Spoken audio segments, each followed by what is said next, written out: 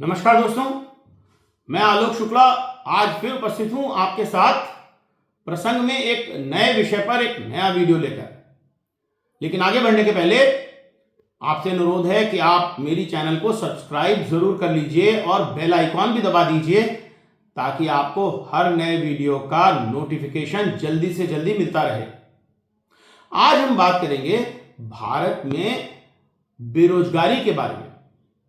हाल ही में reserve bank of India ने city bank की एक रिपोर्ट के आधार पर भारत में रोजगार की स्थिति पर एक रिपोर्ट अपनी वेबसाइट पर अपलोड की है, जिससे भारत में रोजगार की स्थिति पर मीडिया में बहस छिड़ी हुई है। दरअसल रिजर्व बैंक द्वारा अपलोड की गई इस रिपोर्ट के अनुसार जहां 2022-23 में भारत में 3.2% रोजगार बढ़े थे, वहीं वर्ष 2023-24 में 6% रोजगारों में वृद्धि हुई है।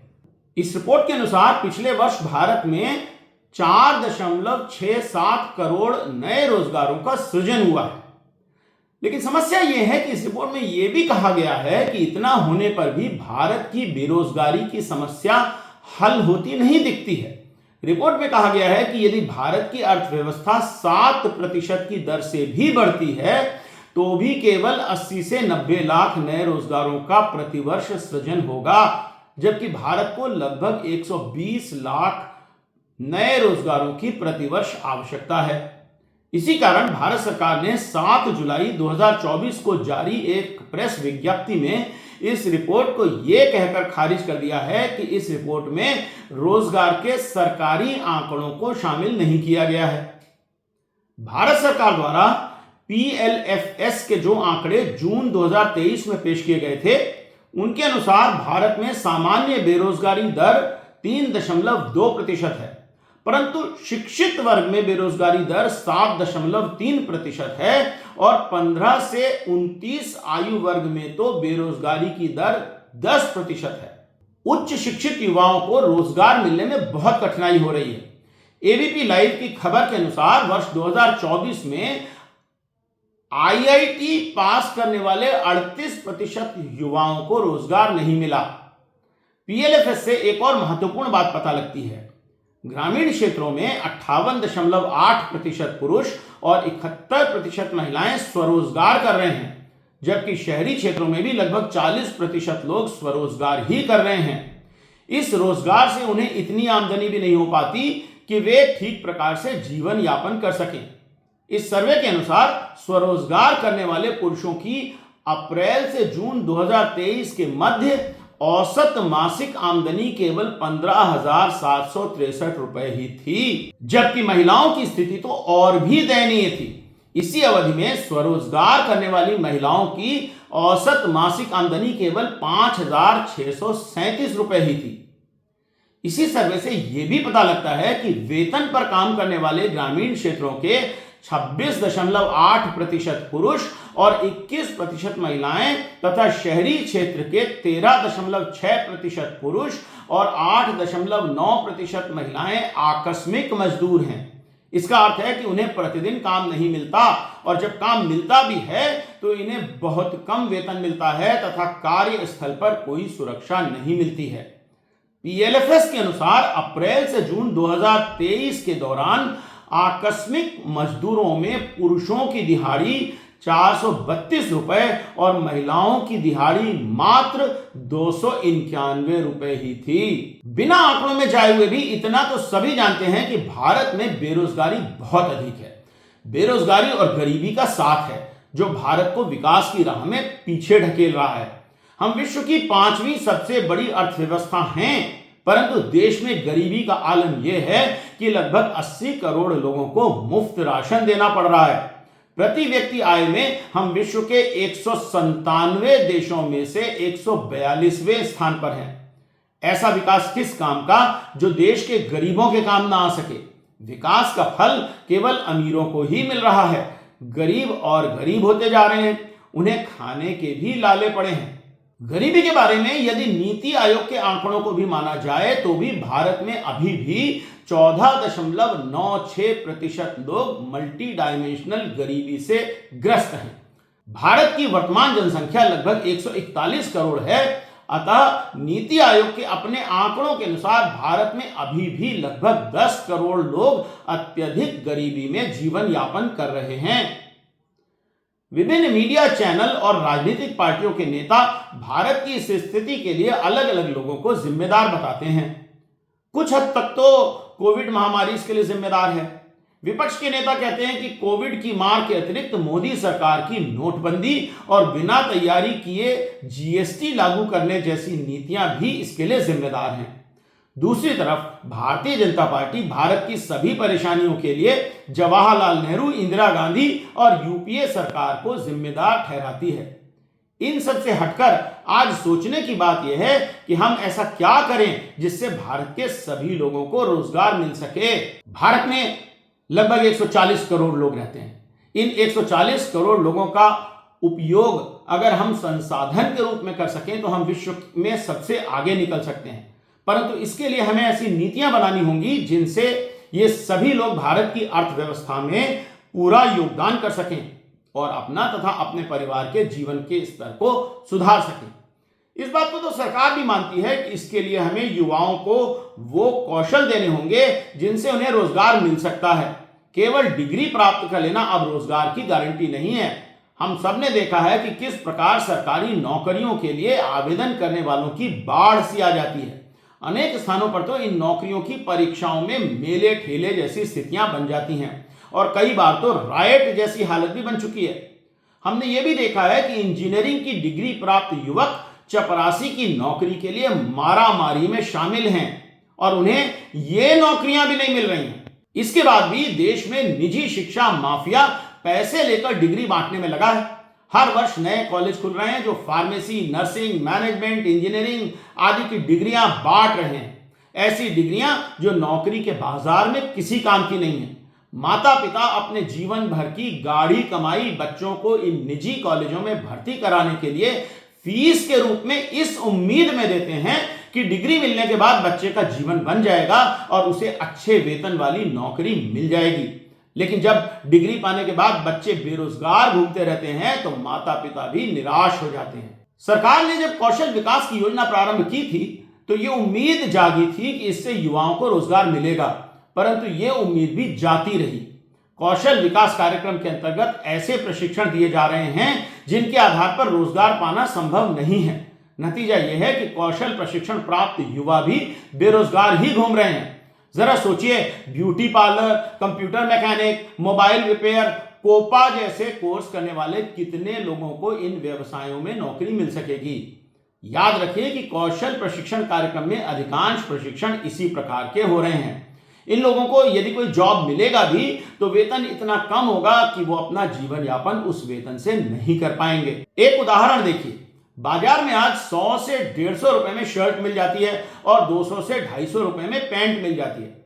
इसमें यदि कपड़े का खर्च, बेचने वाले का कमीशन और दूसरे ओवरहेड तथा सरकार को दिए जाने वाला जीएसटी आदि निकाल दें तो शर्ट बनाने वाले का शुद्ध लाभ भला कितना होगा। यह भी सोचिए कि ऐसा शर्ट बनाने वाला शर्ट को सिलने की मजदूरी कितनी देगा। बड़ी कंपनियां आज सिलाई के लिए 2 रुपए प्रति ब्लाउज की सिलाई दे रही हैं। दिन में 8 से 10 घंटे काम करने के बाद सिलाई करने वाले की मजदूरी मात्र 5 से 6 हजार रुपए महीने की ही बनती है। इसी तरह अन्य क्षेत्रों में भी वेतन लगभग इतना ही है। बढ़ती महंगाई के जमाने में इतने कम पर गुजारा करना संभव नहीं है। रोजगार के लिए सबसे अधिक अवसर कृषि क्षेत्र में होते हैं। उद्योग जगत में सबसे अधिक रोजगार देने वाला क्षेत्र एमएसएमई का क्षेत्र है। यदि हम रोजगार के अवसर बढ़ाना चाहते हैं तो इन्हीं क्षेत्रों में रोजगार का सृजन करना होगा। हमें विचार करना ही होगा कि भारत की बड़ी जनसंख्या के लिए पर्याप्त संख्या में रोजगारों का सृजन तभी होगा जब इन क्षेत्रों को बढ़ावा मिले। सरकार ने इन क्षेत्रों के लिए अनुदान, ऋण आदि की विभिन्न योजनाएं बनाई हैं, फिर भी ये क्षेत्र आगे नहीं बढ़ पा रहे हैं। इसके मूल में कारण यह है कि हाथ से काम करके बनाई गई वस्तुएं महंगी होती हैं और बड़े उद्योगों द्वारा मशीनों से बनाई गई वस्तुओं का मुकाबला वो बाजार में नहीं कर पाती हैं। एक और उदाहरण हैंडलूम का है। हैंडलूम क्षेत्र बड़ी संख्या में लोगों को रोजगार दे सकता है। भारत में पारंपरिक बुनकरों की बड़ी संख्या है। हर प्रदेश में अपनी अलग हैंडलूम परंपरा है। बनारसी साड़ी हो या कांजीवरम, कोसा टसर हो या चंदेरी, प्रत्येक साड़ी की अपनी अलग पहचान है। बुनकरों को रोजगार के अवसर देने के लिए हैंडलूम एक बड़ा क्षेत्र है। साड़ियों के अतिरिक्त हैंडलूम और खादी के कपड़ों से कुर्ते, बेड लिनेन, पर्दे, कुशन आदि सभी कुछ बनाया जा सकता है। लेकिन आज हैंडलूम इंडस्ट्री मुश्किल में है। पावरलूम से इसका मुकाबला कठिन है। पावरलूम से बना कपड़ा इतना सस्ता है कि बाजार में हैंडलूम का टिकना मुश्किल हो रहा है। बेहतर होगा यदि सरकार कुछ उद्योगों को एमएसएमई एवं ग्रामोद्योग के लिए रिजर्व कर दे। ऐसा करने पर इन उद्योगों को बड़े उद्योगों के साथ स्पर्धा नहीं करनी होगी और इन्हें बाजार में खड़ा होने का मौका मिल जाएगा। इस प्रकार से बहुत सारे उद्योग हो सकते हैं, जैसे हैंडलूम, फर्नीचर उद्योग, प्लास्टिक का सामान बनाने के उद्योग, छोटे कृषि यंत्र बनाने के उद्योग, एलईडी बल्ब, रेडीमेड कपड़े, स्टेशनरी, साबुन, तेल, कॉस्मेटिक्स, अन्य प्रकार की उपभोक्ता सामग्री आदि। ये सच है कि इन्हें ग्रामोद्योग और एमएसएमई क्षेत्र के लिए रिजर्व करने से उपभोक्ता सामग्री की कीमतें कुछ बढ़ेंगी, परंतु रोजगार के अवसर भी बढ़ेंगे और रोजगार मिला तो लोगों की आमदनी बढ़ेगी, जिससे बाजार में बिक्री बढ़ेगी और देश की अर्थव्यवस्था को लाभ होगा। बड़े उद्योगों के लिए अन्य बहुत सारे क्षेत्र हैं, जैसे कैपिटल गुड्स, अधोसंरचना क्षेत्र आदि। हमें अपनी लाइफस्टाइल में भी परिवर्तन करने की आवश्यकता है। पुराने जमाने में हम गेहूं खरीदकर उसे घर में पीसकर या पड़ोस की आटा चक्की में पिसाकर आटा बनाते थे। अब हम बाजार से पिसा हुआ आटा ही लाते हैं। इसी प्रकार पुराने समय में गांवों में धान की कुटाई करके चावल बनाया जाता था। अब हम बाजार से सफेद चमकता हुआ पॉलिश किया हुआ चावल लाते हैं। पुराने जमाने में मीठा बनाने के लिए गुड़ या बूरा का उपयोग होता था। अब बाजार से महंगी शक्कर लाई जाती है। हमारी इन आदतों ने बहुत से घरेलू उद्योगों को तबाह कर दिया है। बाजार से लाया गया ये सामान हमारे स्वास्थ्य के लिए भी अच्छा नहीं है। क्या ये अच्छा नहीं होगा कि हम अपने लाइफस्टाइल में परिवर्तन करके न केवल इन घरेलू उद्योगों को बढ़ावा दें, बल्कि अपना स्वास्थ्य भी अच्छा करें? जिस प्रकार औपनिवेशिक काल में ब्रिटिश साम्राज्य और यूरोप के अन्य देश कम विकसित देशों को एक बाजार के रूप में देखते थे और उनका शोषण करते थे, उसी प्रकार आज शहरों के लिए गांव एक बाजार बन गए हैं। औपनिवेशिक काल में यूरोप के देश भारत और अन्य उपनिवेशों से कच्चा माल लाकर अपनी मिलों में उत्पादन करते थे और फिर उस उत्पादित सामान को उन्हीं देशों में ऊंचे दाम पर बेच देते थे। इस प्रकार वे भारत जैसे उपनिवेशों को खोखला करके अमीर बनते गए और उपनिवेश गरीब होते गए। दादा भाई नौरोजी ने अपनी पुस्तक poverty and un British rule in India में भारत से ब्रिटेन को लगातार जाने वाली संपत्ति के विषय में लिखा था और इसे ड्रेन ऑफ वेल्थ का नाम दिया था। उनके अनुमान के अनुसार प्रतिवर्ष भारत से लगभग 200 से 300 मिलियन पाउंड की दौलत ब्रिटेन जा रही थी, जो भारत की गरीबी का मुख्य कारण था। आज भी पश्चिम के देश और चीन इसी प्रकार अपना माल गरीब देशों में बेचकर उन्हें और गरीब बना रहे हैं। गरीब देश ऐसे देशों के लिए बाजारी हैं। भारत की ग्रामीण अर्थव्यवस्था के महत्व को महात्मा गांधी ने समझा था। वे मानते थे कि जब तक गांव आत्मनिर्भर नहीं होंगे, तब तक भारत को आर्थिक आजादी नहीं मिलेगी। इसीलिए चरखे को उन्होंने स्वतंत्रता आंदोलन में अपना मुख्य हथियार बनाया था। उन्होंने मिलों में बने ब्रिटिश माल के बाइकॉट को आंदोलन का मुख्य आधार बनाया था। गांधी जी का अपना जीवन न केवल सादा और सरल था, बल्कि ग्रामीण अर्थव्यवस्था के सुदृढ़ीकरण के उनके विचारों के अनुरूप भी था। उनका मानना था कि ग्रामोद्योग ही भारत की अर्थव्यवस्था की रीढ़ है। भारत जब स्वतंत्र हुआ, तब इस्पात, सीमेंट, मशीनरी आदि बनाने के लिए बड़े और कैपिटल गुड्स बनाने वाले उद्योगों की आवश्यकता हुई। अधोसंरचना विकास के लिए भी बड़े निवेश और बड़े उद्योगों की आवश्यकता हुई। धीरे धीरे भारत में बड़े उद्योग स्थापित होने लगे और देश का विकास हुआ, परंतु इसके साथ उद्योगपतियों ने उपभोक्ता सामग्री बनाने के लिए भी बड़े कारखाने बनाना प्रारंभ कर दिया। इन कारखानों में बने उत्पाद न केवल सस्ते थे, बल्कि उनकी गुणवत्ता भी लोगों को बेहतर लगने लगी। ग्रामोद्योगों में बने हुए उत्पाद कारखानों में बने इस माल से बाजार में टक्कर नहीं ले पाए। इसीलिए भारत के गांवों में ग्रामोद्योग समाप्त हो गए और गांव के लोग बेरोजगार हो गए। गांवों में पुराने समय में काम करने वाले लुहार, बढ़ई, आटा चक्की, गुड़घानी, जूते चप्पल बनाने वाले, बुनकर आदि बेरोजगार होते चले गए। आज तो गांव में ये व्यवसाय लगभग समाप्त ही हो गए हैं। सच तो यह है कि आज गांव शहरों के उपनिवेश बन गए हैं। शहरों में बड़े कारखाने लगे हैं जो गांवों से कच्चा माल लाकर उपभोक्ता सामग्री का उत्पादन करते हैं और फिर उत्पादित माल उन्हीं गांवों में बेचकर अपनी कमाई करते हैं। इससे गांवों में रोजगार के अवसर समाप्त होते जा रहे हैं। गांवों में युवाओं के पास काम नहीं बचा, उनके पास जो कौशल है उसका कोई उपयोग नहीं रह गया। वे उद्यमी के स्थान पर दिहाड़ी मजदूर बन गए। बहुत से तो शहरों की ओर पलायन करके गंदी बस्तियों में जीने के लिए मजबूर हैं। इन्हीं से शहरों में अमीरों के कारखानों के लिए सस्ता लेबर मिलता है। इन बड़े कारखानों के उत्पादन से भारत का जीडीपी तो बढ़ रहा है, परंतु रोजगार समाप्त हो रहे हैं। अर्थशास्त्रियों का मानना है कि अगर रोजगार के अवसर नहीं बढ़े तो लोगों की जेब में पैसा नहीं आएगा और ऐसे में बड़े उद्योगों का उत्पादन भी कम होने लगेगा और जीडीपी की ग्रोथ भी अधिक समय तक नहीं चलेगी।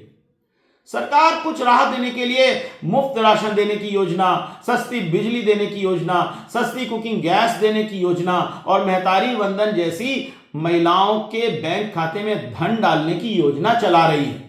विपक्ष यूनिवर्सल बेसिक इनकम के रूप में सभी गरीबों को धन देने की योजना का राग अलाप रहा है, परंतु इस प्रकार धन बांटने से उत्पादकता और रोजगार नहीं बढ़ेंगे। लंबी अवधि तक इस प्रकार की योजनाओं को चलाना संभव नहीं होगा।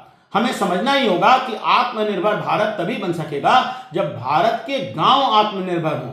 वोकल फॉर लोकल तभी होगा जब लोकल स्तर पर गांवों में बने उत्पाद बिक सकें और यह तभी संभव होगा जब बड़े कारखानों को गांवों में बनने वाली उपभोक्ता सामग्री न बनाने दी जाए, जिससे स्थानीय उत्पादों को कारखानों में बने सस्ते उत्पादों से प्रतिस्पर्धा न करनी पड़े। अगर हम अपनी अर्थव्यवस्था ऐसी बना सकें कि गांव में उपयोग किया जाने वाला सामान गांव में ही बन सके तो गांव का पैसा बाहर नहीं जाएगा और गांव के युवाओं को रोजगार के बेहतर अवसर भी मिल सकेंगे। सुनने में कुछ अजीब सा लगता है, परंतु वास्तव में बहुत कठिन काम नहीं है। आवश्यकता है केवल अपने एटीट्यूड में परिवर्तन करने की और सरकार की कुछ नीतियों में बदलाव करने की। छत्तीसगढ़ में पिछली कांग्रेस सरकार ने इस ओर काफी ध्यान दिया था, जिसके अच्छे परिणाम भी मिलने लगे थे। उस समय गांव में गोठानों के साथ जोड़कर ग्रामीण औद्योगिक पार्कों की परिकल्पना की गई थी। इन ग्रामीण औद्योगिक पार्कों में आसपास के क्षेत्रों में बिक सकने योग्य वस्तुओं का निर्माण प्रारंभ किया गया था। साबुन, तेल, डिटर्जेंट, कपड़ा, सिलाई, उपभोक्ता सामग्री, मिट्टी और गोबर के दिए, अगरबत्ती, मुर्गी पालन, बकरी पालन, सब्जी उत्पादन, मछली पालन, दाल मिल और गोबर पेंट जैसे अनेक उद्योगों की शुरुआत इन ग्रामीण औद्योगिक पार्कों रीपा में की गई थी। इससे गांव में युवाओं के लिए रोजगार के बेहतर अवसरों का सृजन हो रहा था। सच यह है कि यह योजना अपनी शैशवावस्था में ही थी, इसलिए इसके परिणामों का पूरा आकलन अभी संभव नहीं है, परंतु सच यह भी है कि इसके सुखद परिणाम नजर आने लगे थे। उस समय छत्तीसगढ़ सरकार द्वारा जारी किया गया एक विज्ञापन का वीडियो जो एनडीटीवी पर प्रसारित हुआ था, मैं आपको यहाँ पर दिखा रहा हूँ। छत्तीसगढ़ सरकार ने ग्रामीण गरीब परिवारों के लिए आजीविका उपलब्ध कराने और ग्रामीण उत्पादों को बढ़ावा देने के उद्देश्य से राज्य के सभी विकास खंडों में महात्मा गांधी ग्रामीण औद्योगिक पार्कों यानी रीपा सेंटर्स की शुरुआत की है। जमीन, पानी, बिजली, अप्रोच रोड, सेट, बैंक के लोन, होम सब्सिडी, ये सब करा दें ताकि गांव में भी गांव को लेकर बाहर जाए जरूरत नहीं मिले, उन्हें रोजगार मिलना है। सरकार ने इन उत्पादों की बिक्री को आसान करने के लिए प्रदेश के हर जिले में सी मार्ट की स्थापना भी की थी, जिसमें रीपा में बनाए गए उत्पादों की बिक्री की योजना थी। अनेक सी मार्ट अच्छा काम कर रहे थे और कई ने तो करोड़ों रुपए के उत्पादों की बिक्री भी की थी। कुछ महीने पहले IBC 24 पर सी मार्ट के संबंध में प्रसारित एक खबर को देखिए।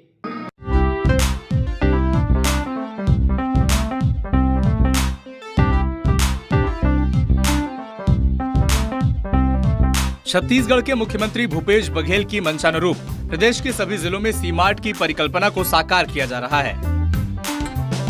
रायगढ़ जिले में भी सी मार्ट की स्थापना की गई है।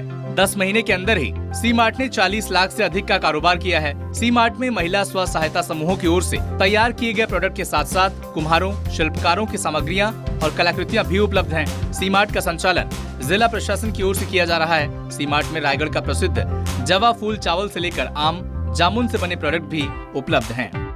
संचालक बताते हैं कि सी मार्ट में मिट्टी के बर्तन, दोना पत्तल, पापड़, बिजौड़ी, साबुन, हैंड वॉश, पेपर बैग जैसे 500 से ज्यादा तरह के प्रोडक्ट उपलब्ध हैं। सी मार्ट से 92 स्व सहायता समूह जुड़े हुए हैं, जिनके द्वारा तैयार किए गए 545 तरह के प्रोडक्ट का विक्रय सी मार्ट में किया जाता है।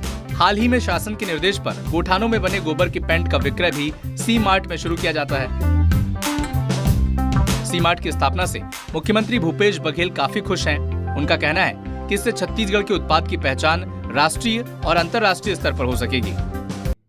ये देखा गया है कि सरकार बदल जाने से अक्सर पुरानी सरकार की अच्छी योजनाएं भी बंद कर दी जाती हैं। अच्छा होगा कि नई सरकार ग्रामीण अर्थव्यवस्था को सुधारने वाली इन योजनाओं का पूरा अध्ययन कराए और यदि इनमें किसी सुधार की आवश्यकता है तो वो सुधार इनमें किया जाए। केवल राजनीतिक प्रतिद्वंद्वितावश इन योजनाओं को बंद न किया जाए। सभी अर्थशास्त्री ये मानते हैं कि रोजगार बढ़ाने के लिए कृषि और उससे संबंधित उद्योगों तथा ग्रामोद्योगों को बढ़ावा देना ही होगा। ये योजनाएं इन क्षेत्रों को बढ़ावा देने की दिशा में अच्छा कदम थी। अगर सरकार को लगता है कि उसके पास इनसे अच्छी कोई योजना है तो वो योजना लागू की जाए, परंतु यदि इन क्षेत्रों पर सरकार ने शीघ्र ध्यान नहीं दिया तो देश और प्रदेश के युवाओं के लिए रोजगार के अवसरों के निर्माण का स्वप्न दिवा स्वप्न बनकर रह जाएगा। तो आज के लिए इतना ही। फिर मिलेंगे जल्दी ही प्रसंग में एक नए विषय पर नए वीडियो के साथ। तब तक के लिए नमस्कार।